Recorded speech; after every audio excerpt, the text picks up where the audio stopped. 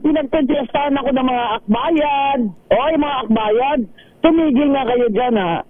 Ito naman si Llamas, post pa siya na, ay, bumaba self-esteem ko, wala akong Rolex at wala akong Gucci. Oy, Llamas, marami ka namang baril. Bakit mababa ang self-esteem mo? Di ba tanghuli ka ng illegal possession ng firearms? O, di ba, Llamas, tanghuli ka pa nga bumibili ng mga fake na DVD. Ay, ano, bakit naman kung wala kang Rolex at wala kang Gucci, mababa ang self-esteem mo? Kasalanan ko ba, Llamas, kung mayaman talaga ako? Hindi ko naman ninakaw yung Rolex at Gucci ko, ha? Kung ikaw mag-Rolex, ay maghihinala talaga kami na ninakaw mo yan. Kasi ano ba naman ikaw? Sumikat ka lang ng presidential assistant ka, may Pinoy at katabi ka ni Risa Ontiveros lagi. Di ba? Tinanong pa nga si Risa Ontiveros ni Winnie kung kabit mo siya. O ano, Llamas? Right? Alam mo, Dio, ako. Yes, ma'am. I'm very, very friendly. Politiko din naman ako, nag-commissioner ako, lahat ng mga ito mga nagtulungi ng tulong sa akin. Sige, magbangayan tayo. Sasabihin ko sa public, yung mga iba dyan sa inyo, you tried to bribe me, or tried to bully me, or told me to appoint so-and-so in their province. Diba? Diba, Dio? Yes, kaya ako, I have manners, diba? Hindi ko sila gagalawin kung hindi nila ako binibwisit. Ito si Llamas, wala ka ng trabaho, political analyst ka na bigla. Ay puta, wala ka ng PhD. Mabuti pa yung si Tiangki, at least may PhD yun. Ano ba yung political analyst? Puta, yan yung mga walang trabaho alam mo, kinakante ako nitong Llamas. Ang pangit naman niya. Diyos ko, buti na lang hindi siya nagbakla. Kung nagbakla siya, ang pangit ng bakla, no? You know, Dio, ang ayaw ko dito, they're taking advantage. Kasi, ang nililabel nila akong DDS, kaya binabalata nila kasi takot sila na magsenador ako. Diba? Diyos ko, Llamas, mas bagay naman ako magsenador kaysa sa iyo. Diyos ko. Ba't ba na? Maawa ka naman sa Pilipinas kung ikaw magsenador. Sige, doon ka sa lineup ni Risa Ontiveros, pareho kayo mga komunista dyan. Kasalanan ko ba kung pinanganak ko na hindi ako mahirap? Kaya hindi ako nagkomunista? Problema sa inyo, gusto nyo komunista, sosyalista? Ay, pwede ba hindi ako bagay dyan? Sosyalista ako? Commissioner, ayan, ba't ba napunta tayo kay Llamas? Pinag-uusapan natin yung Chinese... Kasi nabasa ko lang ngayon ng Facebook post na bumaba tuloy self-esteem ko, wala akong Rolex at Gucci. Talagang wala na, hindi mo kaya, gago ka. Bakla? Biro lang, Llamas, ha. Huwag mo ko iso ng libel kasi ano lang yan. Extra lang yan. Hero speech lang yan. Extra lang yan. If you can dish it out, you should be able to take it, diba? Kung sa English pa ni Miriam Santiago, if you can dish it out, you should be able to take it. Inunahan mo ako kung mag-Rolex ka, Llamas, talaga maghina na ninakaw mo yan kasi hindi ka naman mayaman kasalanan ko ba na hindi ako pobre? Na I was born hindi pobre? Kasalanan ko ba yan?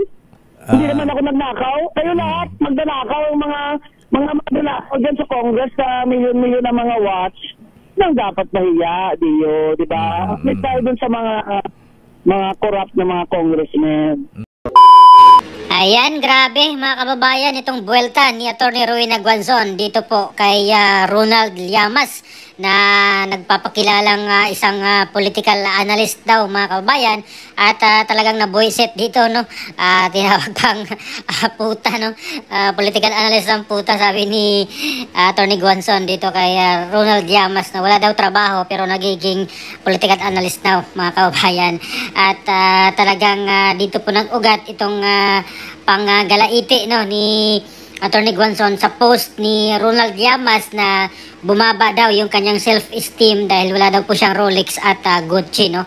Ito po yung nangyari kasi nung nakarang araw, no, kay Atty. Guanzon doon sa Rockwell Mall na meron pong isang tao na nagsabi sa kanya na wag daw lumabas kung may ubo para hindi ata makahawa, parang ganun mga kabayan, no? Kasi kumain daw ata ito ng maanghang si Atty. Guanzon at naubo mga kabayan, no? Although wala naman po siyang sakit pero pinuntahan siya, nilapitan nung isang tao na siguro sabi nila Chinese daw, pero sabi ni Senator Robin Padilla hindi naman daw Chinese yun, mga kababayan, no, yung lalaking iyon. Kaya galit na galit si Atty. Gonzo noon at talagang nag-file po yata siya ng kaso, no, doon sa pulis. At itong mga kritiko ngayon ni Atty. Gonzon, kagaya ni Ronald Llamas, yung mga akbayan daw, issue agad ng statement or may mga patutsada na patungkol dito kay Atty. Gonzon dahil DDS na nga daw itong si Atty. Gonzon. Kaya parang kinakalaban na nila, mga kababayan, no, itong si Atty. Gonzon. Although admitted naman siya na dilawan talaga itong si Atty. Gonzon, pero ay ano siya, mga kabayan, dito kay BP Sara, no, at kay Pangulong Duterte na hindi tama yung ginagawa ngayon ng administration sa kanila, no, lalong-lalo na itong confidential funds ni BP Sara na talaga namang mina ni obra, mga kababayan, no, at kayagan na po yan, no, inadmit na po yan, inamin na po yan ni Congressman Chanco at nila Senator Chis Escudero na may mga bayaran nga or may mga pondo, no, itong mga congressman pag pumirma doon sa impeachment complaint laban kay BP Sara. So isang congressman na pong nagpakatotoo niyan, mga kabayan, no, si Congressman Chanco at maging si Senator Chis Escudero dahil nagkaaway nga dati, no, itong Senate at lower house, mga kabayan, or House of Representatives. So ngayon balik tayo dito kay Ronald Llamas na kung saan ay nahulihan nga po siya, mga kabayan, noong October 2011 kung hindi ako nagkakamali, no, nahulihan po ng armas itong kanyang sasakyan, no, although hindi naman po siya yung sakay, yung mga tauhan na, yung kanyang mga aid, no, na hulihan ng mga baril, mga kababayan, no. At inamin naman dito ni Ronald Llamas din, no, na dating advisor ni Pangulong Noynoy Aquino, no, for political affairs, na nagmamay-ari po siya ng 5 baril at 3 shorthand at 2 matataas, mga kabayan, no, na baril kagaya ng AK-47 at M16 rifle, mga kabayan. So hindi ko lang po alam kung ano pong nangyari doon sa kaso, no, kung natuluyan bang kinasuhan itong mga driver niya or itong mga aid niya, mga kabayan, kasi nandun po mismo sa sasakyan niya, no, na hulihan nga nung mga baril na yun. Although sinabi niya meron daw po siyang license, no, to carry outside residence. So hindi ko lang po alam na kung ano po nangyari kasi sabi dito ni Atty. Gonzon, what happened daw to the case? Deleted na ba or deleted lang? Question mark. So yun po yung sinabi ni Atty. Gonzon. At dagdag pa ni Atty. Gonzon, mga kabayan, no, takot na takot daw po itong mga kritiko niya ngayon, kagaya nitong akbayan, sila Llamas, si Jesus Falsis, mga kabayan, no, Atty. Jesus Falsis, kasi buhabanat din kay Atty. Gonzon din yun, patungkol dito sa pagkagalit niya dito sa Rockwell, no, sinabihan pa siya na hindi daw ganun mag-behave ang isang civilized na tao. Ayan. At sa belta naman ni Atty. Gonzon, kung ikaw lang naman yung basihan, kung si Atty. Falsis lang basihan daw or yung standard ng pagiging or pag-behave ng isang civilized person, ay wag na lang daw. Ayan. So nung nakaraang mga buwan pa, no, or mga araw ay may sagutan na rin po patutsadahan itong dalawa, mga kabayan, no, itong si Atty. Gonzon at si Atty. Jesus Falsis, no. At itong sinabi ngayon ni Atty. Gonzon, na takot itong grupo nila, no, itong mga kritiko ngayon kasi sinasabi nilang DDS na daw itong si Atty. Gonzon, kaya pinapaano na po nila, tinitira na nila, mga kababayan. At mas bagay pa daw maging senador itong si Atty. Gonzon kumpara naman kay Ronald Llamas na komunista. Ayan, sabi ni Atty. Gonzon, magsama sila ni Senator Risa Ontiveros, no, sa grupo nilang mga komunista. Kaya galit na galit talaga, mga kababayan, itong si Atty. Gonzon dito rin sa mga buwabanat sa kanya, no, na tinake advantage yung nangyari. Although hindi naman niya sinasadya yun, mga kababayan, no, out of anger lang kasi high blood din siya. At talaga naman kung sino pong taong ganun yung approach talaga, na sasabihan kang umuwi ka or bakit ka lumabas na may ubo ka, mga kahawa ka, syempre magagalit ka, no, para sa aking opinion lang, mga kababayan.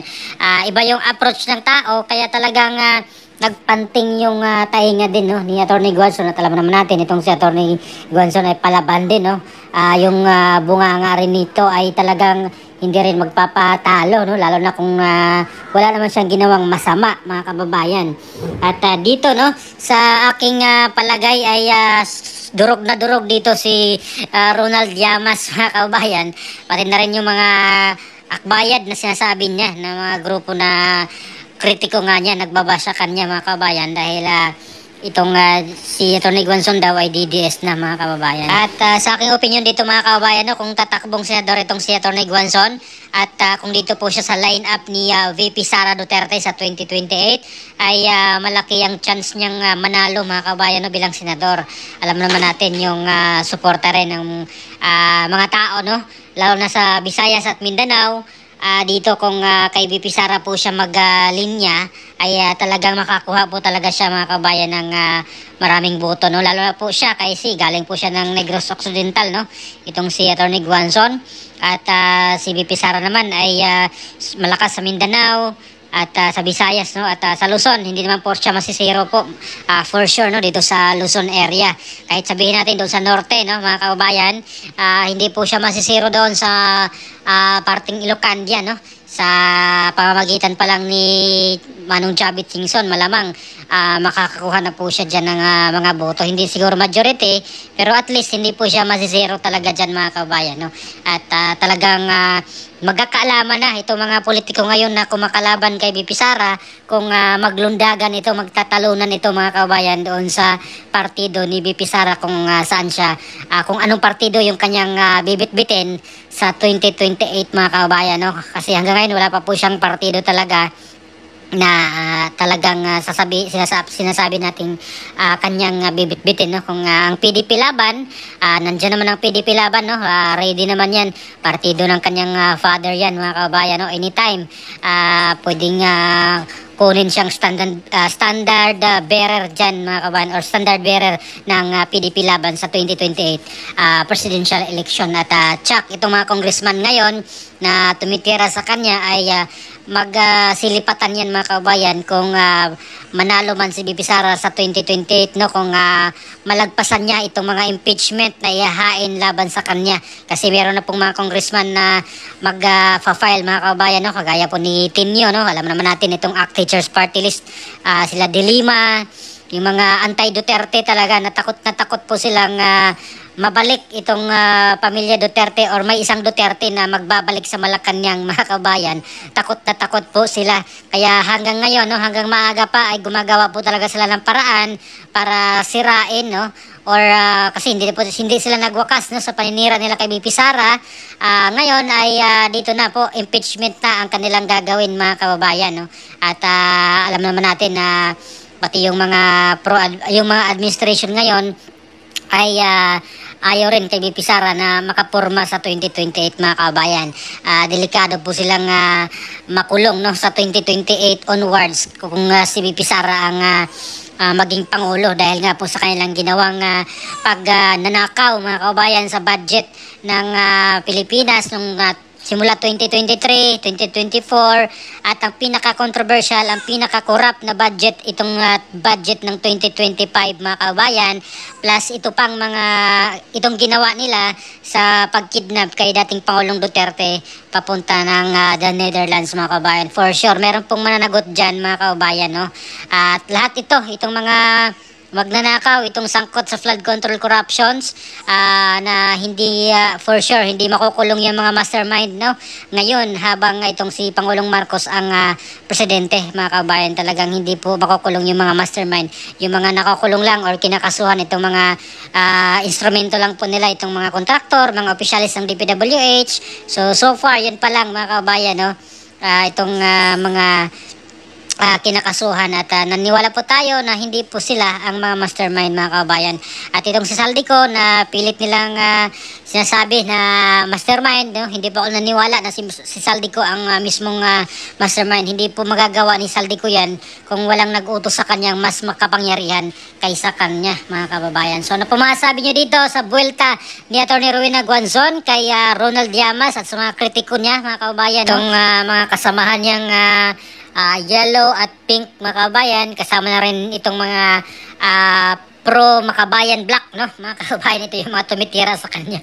So, at kasama na rin mga loyalista, no? So, ano po masasabi nyo? Please comment down below. Maraming salamat. God bless po sa ating lahat.